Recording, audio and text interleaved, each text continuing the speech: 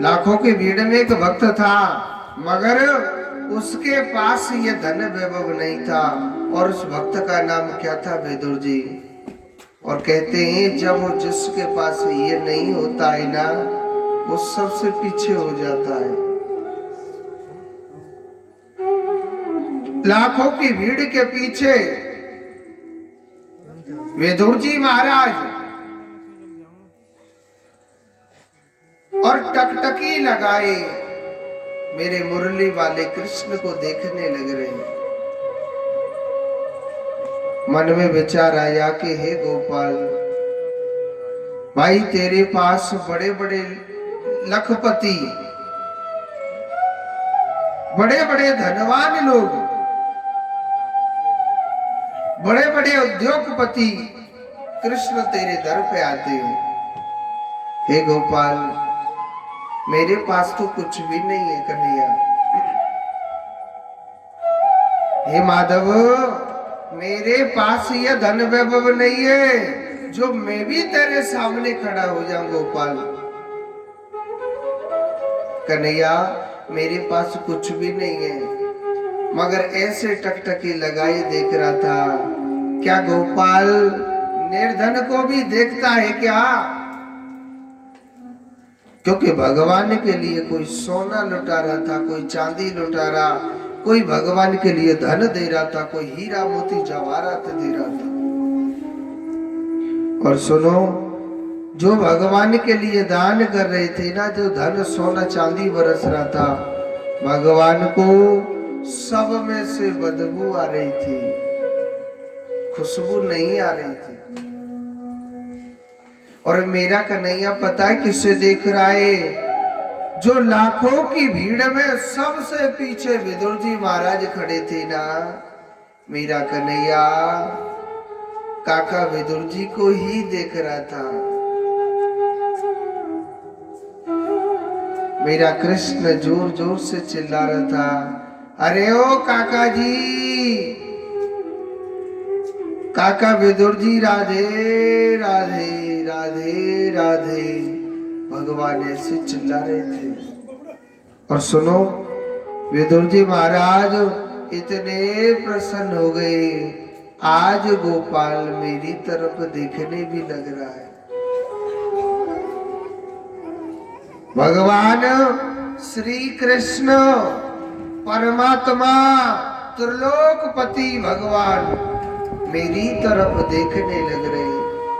विदुर जी महाराज ना इतने प्रसन्न हो गए, इतने खुश हो गए थे, इतने प्रसन्न हो गए, बहुत ज्यादा, कि गोपाल मेरी तरफ देखने लग रहा है।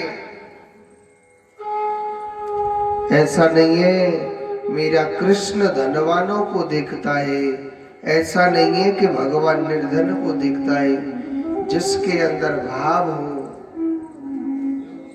जिसके अंदर प्रेम हो, जिसके अंदर दया हो, मेरा कृष्ण उसी का रहता है। मेरा कन्हैया कभी धनवानों का नहीं होता है। जिसके मन में प्रेम न हो, जिसके मन में भाव न हो, भगवान कभी नहीं सुनते हैं। कहिए ना कि भाव का भूखा हूं मैं, भाव ही एक सार है, भाव से मुझको भजे तो बेड़ा उसका पार।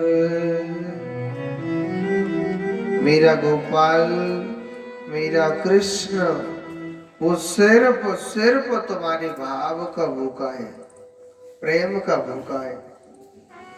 अभाव से मुझको मुनि पुकारे। कृष्ण क्या कह रहा है, ध्यान से सुनना, कि अभाव से मुझको मुनि पुकारे। जिसके मन में प्रेम न हो, जिसके मन में भाव न हो, चाहे वो कितना भी बड़ा संत क्यों न हो, और मैं उसकी सुनता नहीं। बाबू से एक फूल चढ़ावे, वो भी मुझे स्वीकार है। मेरा गोपाल, मेरा जो कृष्ण है, जो मेरा मुरली वाला है ना, वो सिर्फ भाव का होगा। वो मेरा दिल भर है, मैं जागीर कन्हैया की।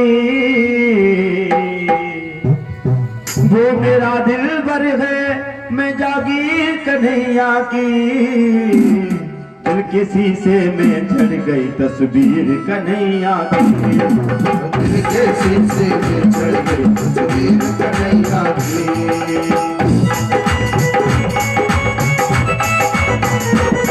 वो मेरा दिल भर है, मैं जागीर कन्हैया की। दिल के शीशे में चढ़ गई तस्वीर कन्हैया की।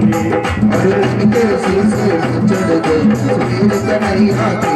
दिल के शीशे में चढ़ गई तस्वीर कन्हैया की।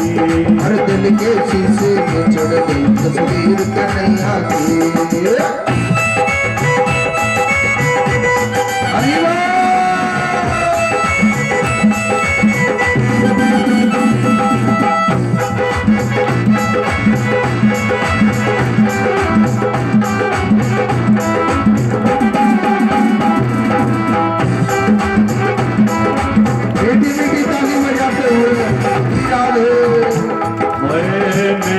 दीवानी तेरी तुझी बस कार मेरा। तो राग कागज दिल ये लिख लिया नाम तेरा। मैं हूँ दीवानी तेरी तुझी बस कार मेरा। तो राग कागज दिल ये लिख लिया नाम तेरा। खींच ली है दिल पे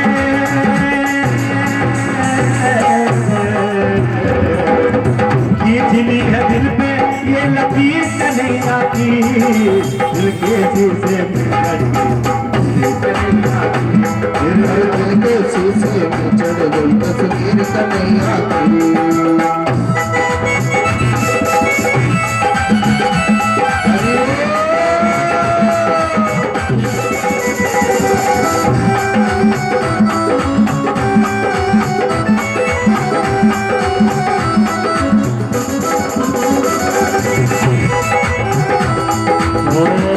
कमली वाले मेरे दिल की पुकार सुने। चरणों की दासी हूँ मैं, एक बात बात पकड़ के। काली कमली वाले मेरे दिल की पुकार सुने। चरणों की दासी हूँ मैं, एक बार बात पकड़ के। सांसों की माला पे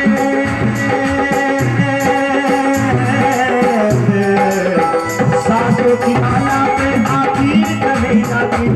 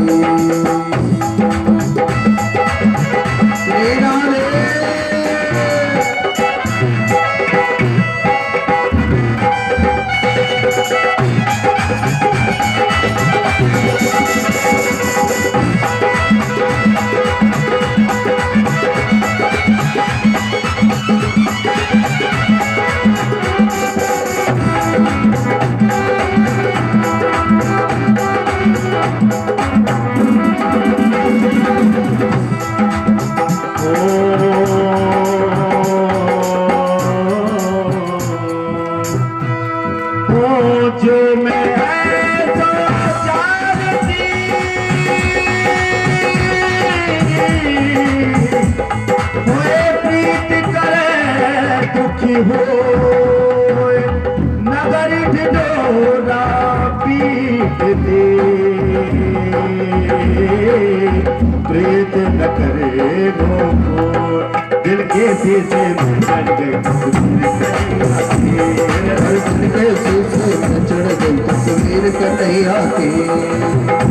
ओए तेरे दिल में तेरा नाम बस तेरा, तेरा ही नाम का नाम, तेरा ही नाम, तेरा नाम का नाम, तेरा ही नाम। ओ मेरे दिल में का नाम बस यही रे, नाम तेरा हो रे का नाम तेरा हो रे।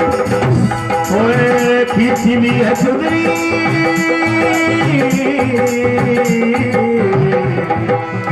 खींच ली है चुनरी, ये कान्हा की ये तस्वीर, दिल के शीशे में जल गई कन्हैया की, फिर हर दिल के सीने में चढ़ गई तस्वीर कन्हैया की। वो मेरा दिल भर है मैं जागीर कन्हैया की, वो मेरा दिल भर है मैं जागीर कन्हैया की।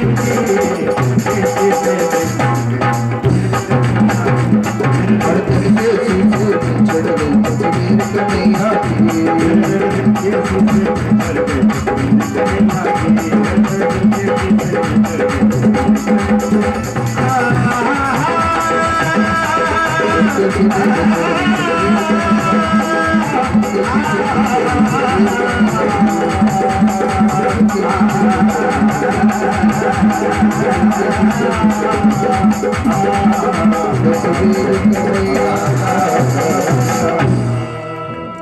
बोलिए गोविंद भगवान की। एक बार जोर से बोलो। पीछे पल्ली कोने में धरी का है मैया, मोड़े तो बोलो राधे राधे। जब ही जाना दूर होगो ऐसे वैकुंठ नहीं मिलेगो, छोड़ते बोलो राधे राधे। तो आज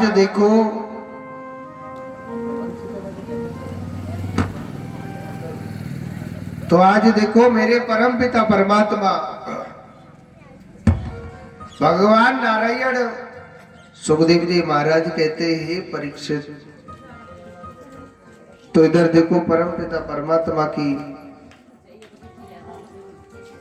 भगवान लाखों की भीड़ में विदुर जी महाराज को राधे राधे किया था, क्योंकि मेरा गोपाल सिर्फ भाव का भूखा है। भगवान श्री कृष्ण कहने लगे दुर्योधन के घर में 56 प्रकार की मिठाई बनी थी। कितने प्रकार की? 56 प्रकार की। दुर्योधन ने 56 प्रकार के भोग बनाए और भगवान श्री कृष्ण से कहने लगे अरे ओ कान्हा, मैंने 56 प्रकार की मिठाई बनाई, कान्हा आप भोजन पाओ ना, कान्हा आप भोजन पाइए। तो भगवान श्री कृष्ण बड़े भाव से कहने लगे हे दुर्योधन, हे दुर्योधन तुझे पता है मैं भोजन किसके घर में करता हूं? खिलाने वाले का भाव हो और खाने वाले को भूख होनी चाहिए। हे दुर्योधन,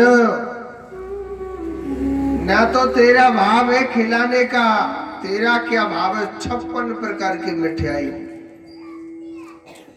और ना मुझे खाने की भूख है।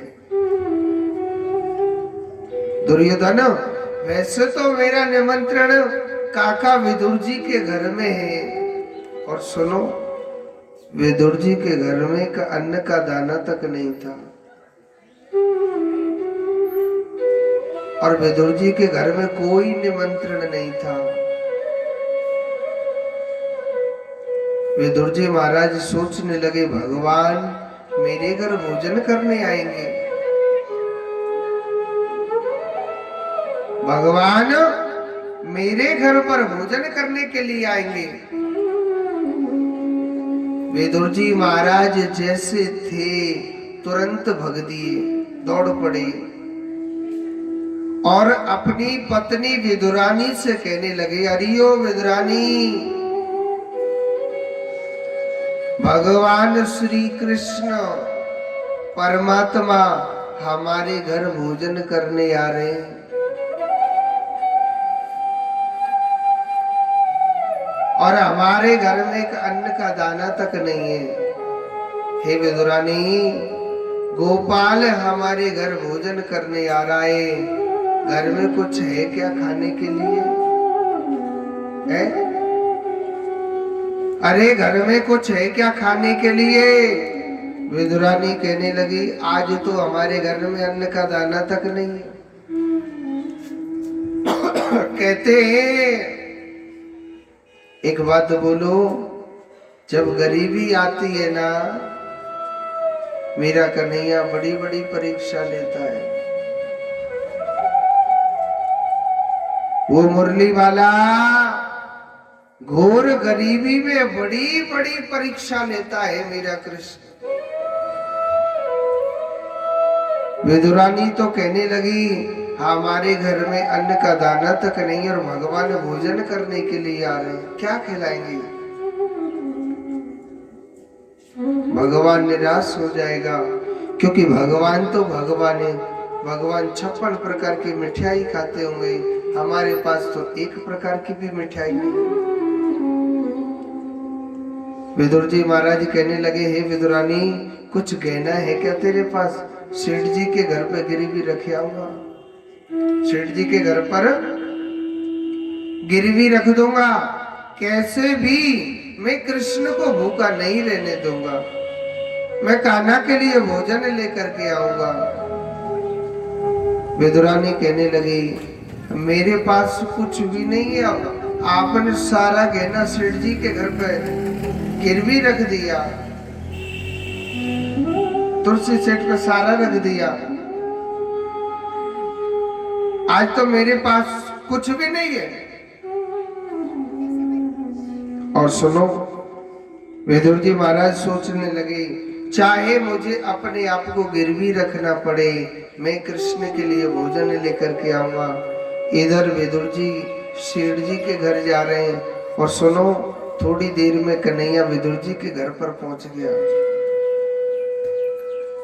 विदुरानी स्नान घर में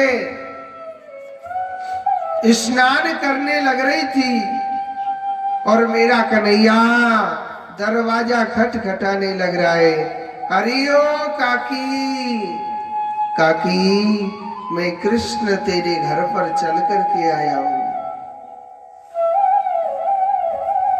काकी कन्हैया की इतनी प्यारी भक्त थी। काकी कान्हा से इतना प्रेम करती थी। जब आवाज सुनी कि गोविंद मेरे घर आ गए, काकी इतनी खुश हो गई, इतनी खुश हो गई, बहुत ज्यादा। और सुनो, भाव देखो, यहाँ पर स्नान घर में विदुरानी स्नान करने लग रही थी। स्नान घर से निवस्त्रहीन और स्नान घर से निकल के जा रही है। एक भाव है, गोपाल मेरे घर आया, गोविंद मेरे घर आया, गोपाल मेरे घर आया, गोविंद मेरे घर आया। भगवान सोचने लगे, मेरी काकी कितनी पागल हो गई, मेरी काकी कितनी पागल हो गई, जिसके तन पर वस्त्र तक नहीं है, फिर भी कृष्ण प्रेम में भगी आ रही है। और भगवान के सामने निवस्त्रहीन हो चवस्त्रहीन हो, क्योंकि भगवान के सामने सब कुछ ढका हुआ नहीं है। मेरे भगवान ने क्या किया, अपना पटका लिया और काकी विदुरानी को भगवान ने उड़ाया। संसार को देख करके भगवान कहने लगे, काकी मैं कृष्ण तेरे घर पर आया हूं। सुनो, मेरे कृष्ण के लिए चौकी लेकर के आ रही है। चौकी भी सीधी नहीं बिछा रही, उल्टी बिछाने लग रही है। कान्हा, आप मेरे घर आए हो, आप बैठो ना प्रभु। भगवान उधर बैठने को कर रहे तो चौकी को खींच लेती है। खाना वहाँ गंदगी ज्यादा है, मिट्टी है वहाँ। ऐसा करो गोपाल, आपने यहाँ बैठो, उधर बैठने को करे तो इधर को कर देती है, इधर उधर चौकी को रखने लग रही है। बहुत देर बाद मेरे कृष्ण को आसन दिया था। चौकी कैसे बिछाई? सीधी नहीं, उल्टी चौकी, उल्टा पाटा बिछाया मेरे गोपाल के लिए, क्योंकि वो मेरे गोपाल के प्रेम में बड़ी बड़ी बड़ी बड़ी पागल थी। भगवान कहने लगे काकी मोई बड़ी छोड़ते भूख लग रही है, मोको कछु दे देना खावे को। और सुनो, वहां पर थोड़ी सी केला रखे थे और भगवान को केला खिला रही है, केला तोड़ के ला रही है। और सुनो, केला भी भगवान को कैसे खिला रही है? केला को छील करके केला को तो बाहर पटक देती है और भगवान को क्या खिला रही है? छिलका। मेरा कन्हैया बड़े भाव से उस छिलके को खाने लग रहे। साग विदुरगर खायो, साग छिलका को बोलते हैं भगवान। मेरे भगवान ने दुर्योधन की मेवा त्यागी और साग विदुरगर खायो। भगवान बड़े भाव से उन छिलके को खा रहे, क्योंकि मेरा कान्हा तुम्हारी 56 प्रकार की मिठाइयों का भूखा नहीं। ये जो भगवान की कथा चल रही है, अपने मन में ऐसा भाव बनाओ कि कृष्ण हमारे घर पर चल करके आए, हम भगवान की सेवा करेंगे। जो भी आप पर बने, आपकी श्रद्धा है कि गोविंद हमारे घर आया है, हम कान्हा को रोज शाम के समय दूध का भोग लगाया करें। आपकी श्रद्धा है, एक कटोरी लेकर के आओ, चाहे 1 गिलास दूध लाओ, क्योंकि मेरा कान्हा भाव का भूखा है। और सुनो, ऐसा कर्म करने से आपके घर में घाटा नहीं, भगवान बहुत बहुत बढ़ाएगा।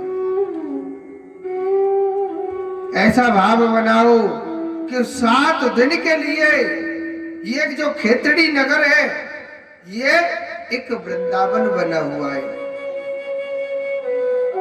इस वृंदावन में 7 दिन बड़े भाव से, बड़े प्रेम से चित्त लगा के मेरे कृष्ण की कथा सुने। ये वो वृंदावन है। अगर आप 7 दिन नियम से चित्त लगा के मेरे कृष्ण की कथा सुनोगे, मेरा कृष्ण बड़े भाव से, बड़े प्रेम से आपके दुख पल भर में दूर करेगा। मुझसे कहते हैं ना महाराज, फलाना गांव में ना एक ऐसा संत है, एक पल में दूर कर देता है दुखों को, चाहे कैसी भी बीमारी हो। कोई संत नहीं कर सकता है। हाँ, कर्म सबसे बड़ा प्रधान है। आपके द्वार पर बहती गंगा आई है, कर्म करके, चित्त लगा के, मन लगा के आप कन्हैया की कथा को सुनोगे ना, मेरा कन्हैया आपके नाना प्रकार के दुखों को, आपके कष्टों को पल भर में ये दूर करेगा। इससे बड़ा कोई नहीं है संसार में। मेरे कृष्ण से बड़ा कोई भी नहीं है। आज वही नारद जी सोचने लगे, भक्ति माता के पुत्रों के कैसे दूर करूं। ऊपर से आकाशवाणी हुई है, सत्कर्म करो। तो नारद जी सीधे गए कहा, ब्रह्मा जी के 4 पुत्र हैं, सनक, सनंदन, सनातन और संतन कुमार।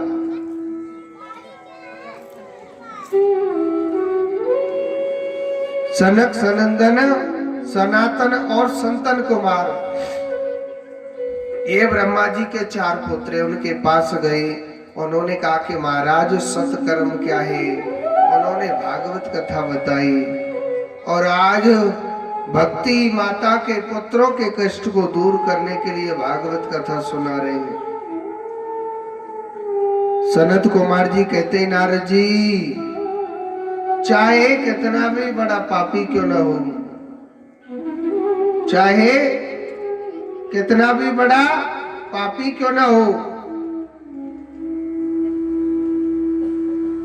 मगर चित्त लगा के भगवान की कथा को सुनेगा, उसके हर पाप हर कष्ट दूर हो जाएंगे। देखो हमारे ब्रज में ऐसे ऐसे ऋषि थे, आज वो संत बने, अधर्मी अत्याचारी थे। भागवत कथा में उनका वर्णन आता है, रतन जो माया ही माया पुकारते थे। एक दिन मोहन की कृपा से ऐसे गोविंद के भजन में लीन हो गए, ऐसे लीन हो गए, उन्होंने साक्षात भगवान को भी पा लिया है। कई बार साक्षात्कार कृष्ण के दर्शन किए। कर्म सबसे बड़ा प्रधान है। वो प्रातः काल 4 बजे 3 बजे प्रभात फेरी निकाला करते थे। आज वो वेदों में गाए जाते हैं, 4 वेदों में भी गाए जाते हैं, 18 पुराणों में भी गाए जाते हैं।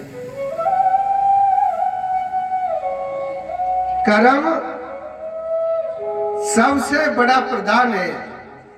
कर्म करोगे भगवान को भी पालोगे, और नहीं कर्म करोगे तो हेतु बाबा की तरह ऐसे ही चले जाओगे। सुखदेव जी कहते हैं, परीक्षित सनत कुमार जी कथा सुनाते हैं कि चाहे पापी से बड़ा पापी क्यों ना हो, कथा सुनने से उद्धार हो जाता है। तो नारद जी कहने लगे, महाराज आप एक बात बताइए, आप कहते हैं कि कथा सुनने से पापी से बड़े पापी का उद्धार हो जाता है। महाराज आपके पास कोई प्रूफ है क्या?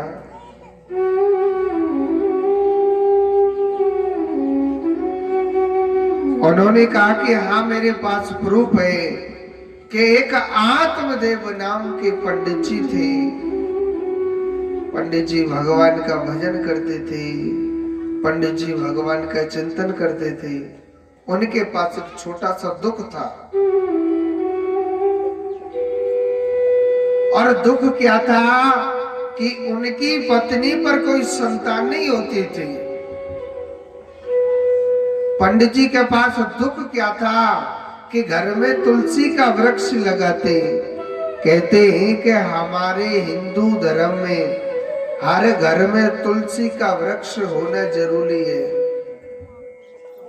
जिसके घर में तुलसी का पौधा नहीं है, उसका घर शमशान घाट के समान माना जाता है। पंडित जी तुलसी का वृक्ष लगाते, मगर वो भी सूख जाता था। पंडित जी के घर में गाय भी थी,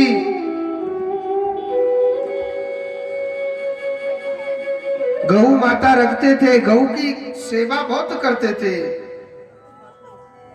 वसूला ऋषि की तरह बड़ी सेवा करते थे। मगर कुछ समय से उसके घर में गाय भी बांझ हो गई थी। पंडित जी बड़ी टेंशन में रहते थे, बड़े दुख में रहते थे। धीरे धीरे ना पड़ोसी कहने लगे, पंडित जी आपके घर में ना गौ माता तो है, मगर महाराज वो बांझ हो गई। पंडित जी आपके घर में तुलसी का वृक्ष तो रहता है, मगर वो सूख जाता है, तुलसी मर जाती है।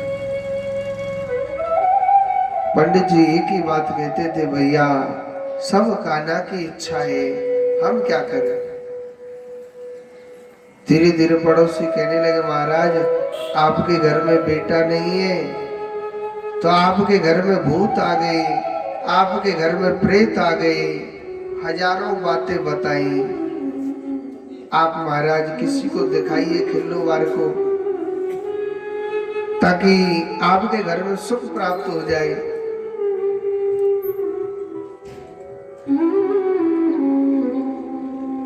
मगर धीरे धीरे दुनिया वाले ना नफरत करने लगे। कैसा ये ब्राह्मण है, कैसा ये पंडित है, इसके घर में कोई संतान नहीं है और ये निसंतानहीन ब्राह्मण है। ऐसे विप्र का तो मुख देखना भी बेकार है। धीरे धीरे दुनिया वाले इतनी नफरत करने लगे, धीरे धीरे दुनिया वाले इतनी नफरत करने लगे। और सुनो, पंडित जी सोचने लगे, भैया मेरे घर में बेटा नहीं है, मेरे गाय भी बांझ हो गई, मेरे घर में तुलसी भी खत्म हो जाती है, फिर मैं जी करके क्या करूंगा? जी करके मैं क्या करूंगा? मेरा तो मर जाना ही अच्छा है। पंडित जी मरने के लिए बियावान जंगल में चल दिए। एक बात बोलो, मौत हमारे कहने से नहीं आती है। वो बड़ा किस्मत वाला होता है जो हंसी खुशी आता है और हंसी खुशी चला जाता है। वो बड़ा किस्मत वाला होता है, बड़ा नसीब वाला होता है। वो बड़ा भाग्यवान होता है जो आया और हंसी खुशी आके चला गया, वो नसीब वाला होता है। मौत तो किस्मत वालों को मिलती है। इस दुनिया में ऐसे ऐसे प्राणी हैं, खाट में पड़े पड़े 5-5 वर्ष बीत गए, मगर कमबख्त मृत्यु फिर भी नहीं आ रही। भजन करता है, बड़ा बड़ा चिंतन करता है, हे भगवान, हे गोपाल, हे कन्हैया, आप हमको ना उठा लीजिए, मगर मौत फिर भी नहीं आ रही। जो किया है वो यहीं भोग करके जाना पड़ता है। जो कुछ किया है वो सब कुछ यहीं भोग के जाना पड़ता, कोई भी क्यों ना हो, सब कुछ भोगना पड़ेगा यहीं पर। सुखदेव जी कहते हैं, सनत कुमार जी कहते हैं, नारद जी आज उसी ब्राह्मण को देखो, मरने के लिए जा रहा है। रास्ते में क्या होता है, भगवान विष्णु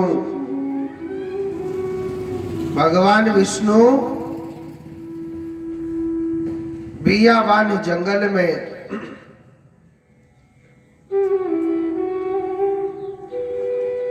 भगवान विष्णु जब पंडित जी मरने के लिए वसोती जाने लग रहे थे, तो भगवान विष्णु उस जंगल में नहर के किनारे और एक साधु का रूप बना के भगवान विष्णु बैठे हुए थे। भगवान ने जब ब्राह्मण की नजर भगवान पर पड़ी, मन में सोचने लगे, मैं मरने के लिए तो आया ही हूं, सामने नदी है, कूद के मरना तो है ही, मुझे नहर है सामने, कूद के तो मरना है। मगर भगवान संत का रूप बना के बैठे हुए थे, उनको देख करके सोचने लगा। कहते हैं कि ऋषियों को प्रणाम करने से जीवन पवित्र हो जाता है। एक बार इनको प्रणाम कर लेता हूं, एक बार इनको प्रणाम कर लेता हूं। मरने के लिए तो तू आया ही है, एक बार प्रणाम कर लेता हूं, शायद मेरा जीवन पवित्र हो जाए तो बहुत अच्छी बात है।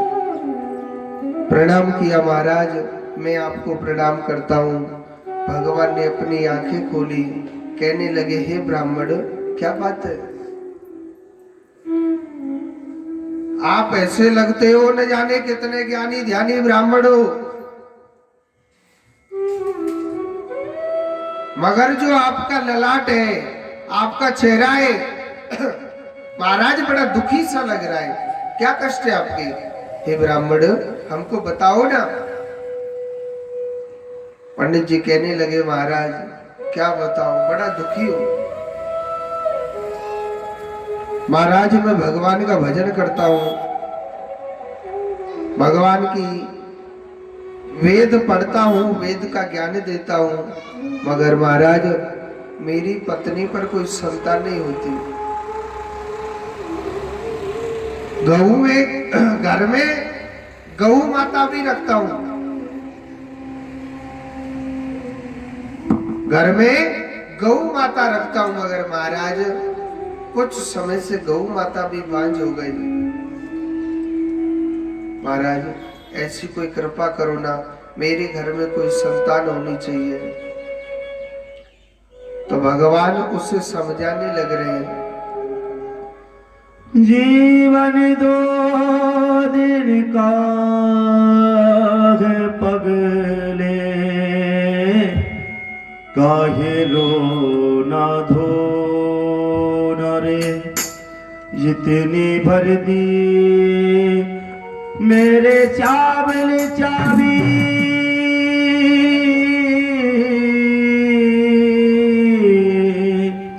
इतना नचे खिलौना रे, इतना नचे खिलौना रे।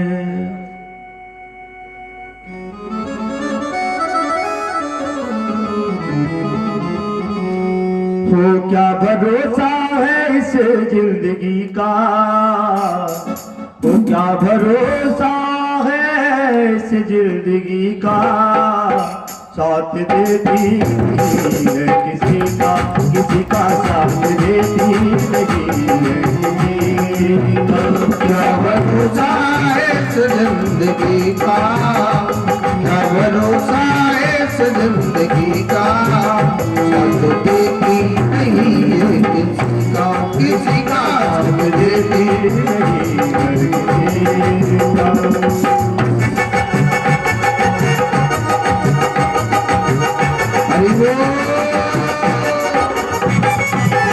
ताली भैया, कुर्सी पे धरी का भैया बजा दो ताली।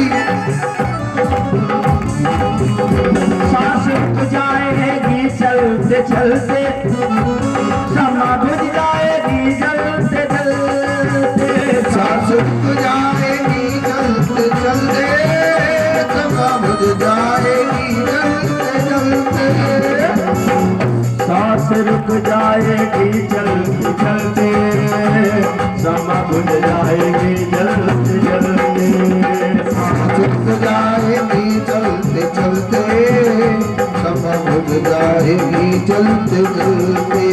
वो दम निकल जाएगा, दम निकल जाएगा, दम निकल जाएगा रोशनी का, साथ देती नहीं है किसी का साथ देती नहीं है। क्या भरोसा है इस जिंदगी का, साथ देती नहीं है किसी का।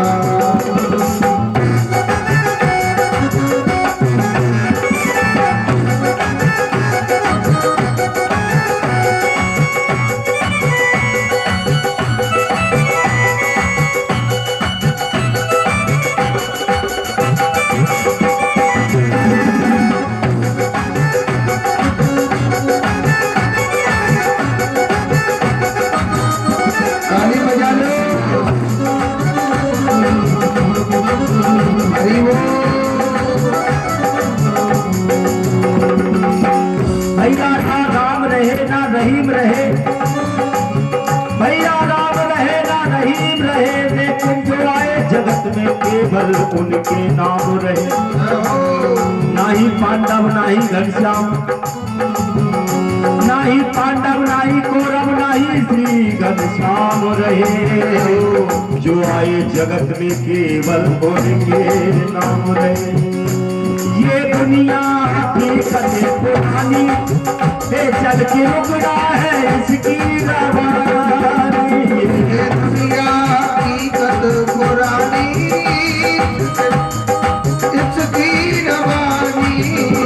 ये दुनिया हकीकत पुरानी चल के रुकना है इसकी रवानी। ये दुनिया हकीकत पुरानी चल के रुकना है इसकी रवानी। और फर्ज पूरा करो,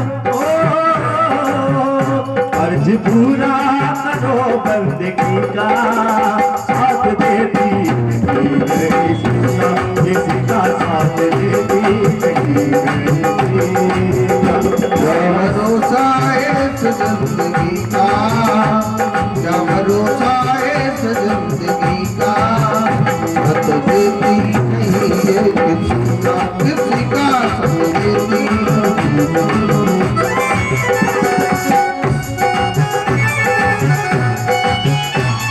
देखो सुनकर दरिद्री सो गए मैया, ताली बजा जोड़ते हरि बोल।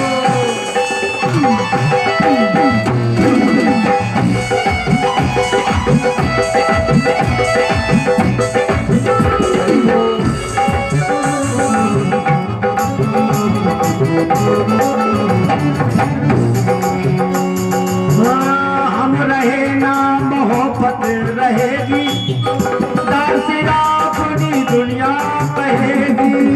हम रहे ना मोहब्बत रहेगी, दास्ता अपनी दुनिया कहेगी। हम रहे ना, हम रहे ना मोहब्बत रहेगी, दास्ता अपनी दुनिया कहेगी। हम रहे ना मोहब्बत रहेगी, दास्ता अपनी दुनिया कहेगी। नाम रह जाएगा, नाम रह जाएगा, नाम रह जाएगा आदमी का साथ देती नहीं है किसी का, किसी का साथ देती नहीं है किसी का। क्या भरोसा इस जिंदगी का, क्या भरोसा इस जिंदगी का, साथ देती नहीं है किसी का, किसी का साथ देती नहीं है किसी का।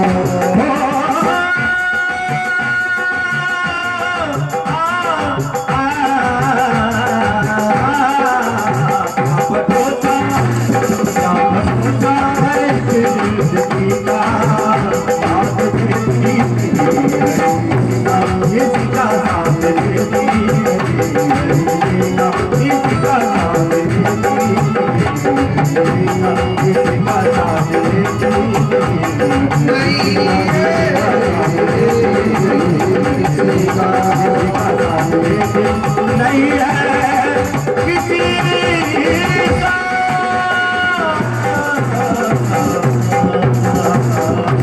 बोलिए गोविंद भगवान की। एक बार जोर से बोलो। भूल गए, जोर तो बोले एक साथ, राधे राधे। एक बार और बोलो। दादी कुर्सी पे धरी का बोल लो, मत इतराओ बैठी बैठी। एक जनी सो जाए और जेठानी और देवरानी ताली बजा रही हैं। जोर से बोलो राधे राधे। कहते हैं इस जिंदगी का कोई पता नहीं होता है, तो वही आत्मदेव ब्राह्मण रोने लग रहा, महाराज हे प्रभु आप कोई ऐसी कृपा करो ना महाराज, मेरे घर में कोई संतान होनी चाहिए। पंडित जी ने बहुत समझाया, नहीं माने। कहने लगे महाराज महाराज मैं प्रभु का भजन करता हूँ महाराज, मेरे घर में कैसे भी बेटा हो प्रभु। कोई कृपा करो ना महाराज। पंडित जी सोचने लगे, लाला तू तो बिल्कुल पागल हो गया, पुत्र मोह में पागल हो गया।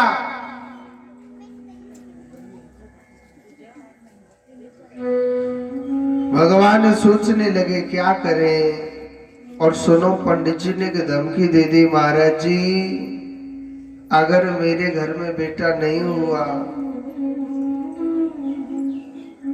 मैं आपके चरणों में महाराज सर पटक पटक के अपने प्राण त्याग दूंगा प्रभु। महाराज मैं बहुत दुखी हूं, महाराज कैसे भी कृपा करो, मेरे घर में संतान होनी चाहिए, क्योंकि वह संतों पर बड़ा विश्वास करता था।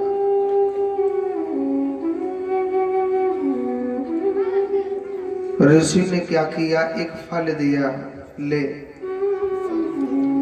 अपनी पत्नी को खिला देना, जरूर घर में खुशी आएगी। अच्छा सुनो, पत्नी देवी और खराब थी। पत्नी देवी नाम था धुंधली।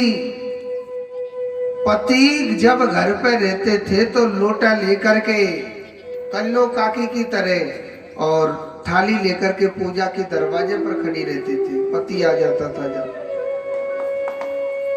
और जब वो घर से बाहर चले जाते, हाय राम, कभी इस पड़ोसन से झगड़ना, कभी नाइयों से झगड़ना, कभी ब्राह्मणों से झगड़ना, कभी किसी से झगड़ना, ऐसा ही काम था। दिन भर लड़ती झगड़ती रहती थी, और एक बात वो तो ये लड़ाई एक दिन बहुत लंबी भी हो जाती है।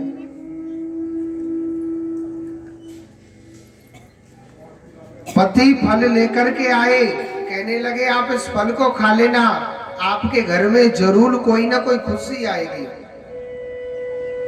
आपके घर में कोई ना कोई खुशी जरूर आएगी। मगर उसने इस फल को नहीं खाया।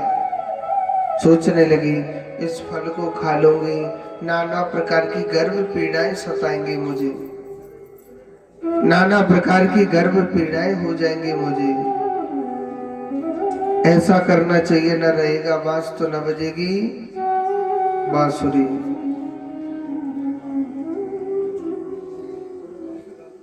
न रहेगा बांस तो न बजेगी बांसुरी। उसने क्या किया, इस फल को गाय को खिला दिया था। उसकी बहन चाहती थी कि इस पर कोई संतान होवे भी नहीं। अपनी बहन से बातें कर ली थी।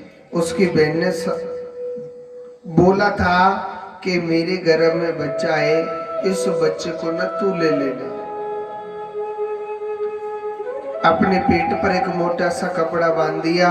पति से झूठ बोलती थी मेरे पेट में बच्चा है। 9 महीने पूरे हुए उसकी बहन के, रातों रात उस बच्चे को मंगवा लिया और उस पर बेटा ही हुआ था। धुंधली ने अपने पति से झूठ बोला और कहने लगी कि मुझ पे ना बेटा हुआ है। आत्मदेव पंडित जी बड़े प्रसन्न हो गए। सोचने लगे गोविंद भगवान ने मेरी पुकार सुन ली। और सुनो, जो गाय को फल खिलाया था 9 महीने पूरे हुए थे, पाछे उस गाय पर भी एक बेटा हुआ था। कान तो है गाय के जैसे और शरीर है इंसानों के जैसा। निरुति ऋषि की तरह उसका शरीर था तगड़ा।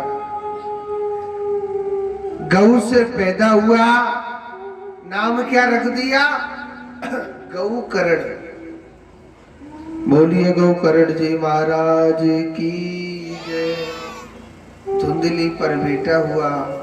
आत्मदेव सोचने लगा मेरा नाम है आत्मदेव, बेटे का नाम रखूंगा क्या, परमात्मदेव। मगर धुंधली देवी कहने लगी सुनो जी, नाना प्रकार के कष्ट मैंने झेले हैं। मेरा नाम है धुंधली, तो मेरे बेटा को का नाम होना चाहिए? धुंधकारी। ऐसो घर में धुंधकारी सुखराम की तरह पैदा हुआ। सबसे पहले कंचा खेलना सीख गया, फिर पत्ते खेलने सीख गया। धीरे धीरे यही धुंधकारी पापी होता जा रहा है। फिर धीरे धीरे चोरी भी करने लग गया। आज पड़ोसियों बल्ला के घर से, कभी किसी के घर से, यानी चोरियां करने लग गया, मांस भक्षण करने लग गया। एक दिन जब सभी के घर से शिकायत आ रही है तारा के पास, तो कहने लगे कि हे धुंधकारी, तू कैसा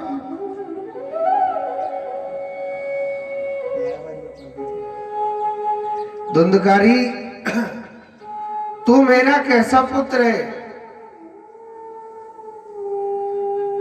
तूने मेरे स्वर्ग जैसे घर को एक नरक अड्डा बना दिया।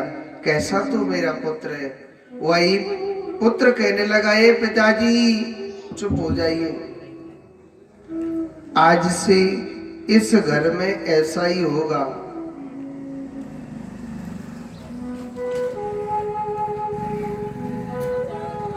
आपको रहना है तो रह सकते हो, नहीं तो आप घर से बाहर जा सकते हो। अब वही आत्मदेव ब्राह्मण रोने लग रहा है भगवान से। कल तो कह रहा था, हे भगवान मुझे बेटा दे, बेटा दे, बेटा दे, बेटा दे, कैसा भी दे मगर दे बेटा। और आज बेटा दे दिया, फिर रो क्यों रहा है? आज पुत्र दे दिया तुझे, तो फिर तू रो क्यों रहा है? और बोयो पेड़ बबूल को, आम कहाँ सिला। बमूल जानते हैं कि नहीं जानते हैं? बमूल कहते हैं कांटे का जो पेड़ होता है, कांटे का पेड़ होता है ना, इतने बड़े बड़े कांटे लगते हैं। और बोयो पेड़ बमूल को, इधर क्या कहते? की कर काके में जानते?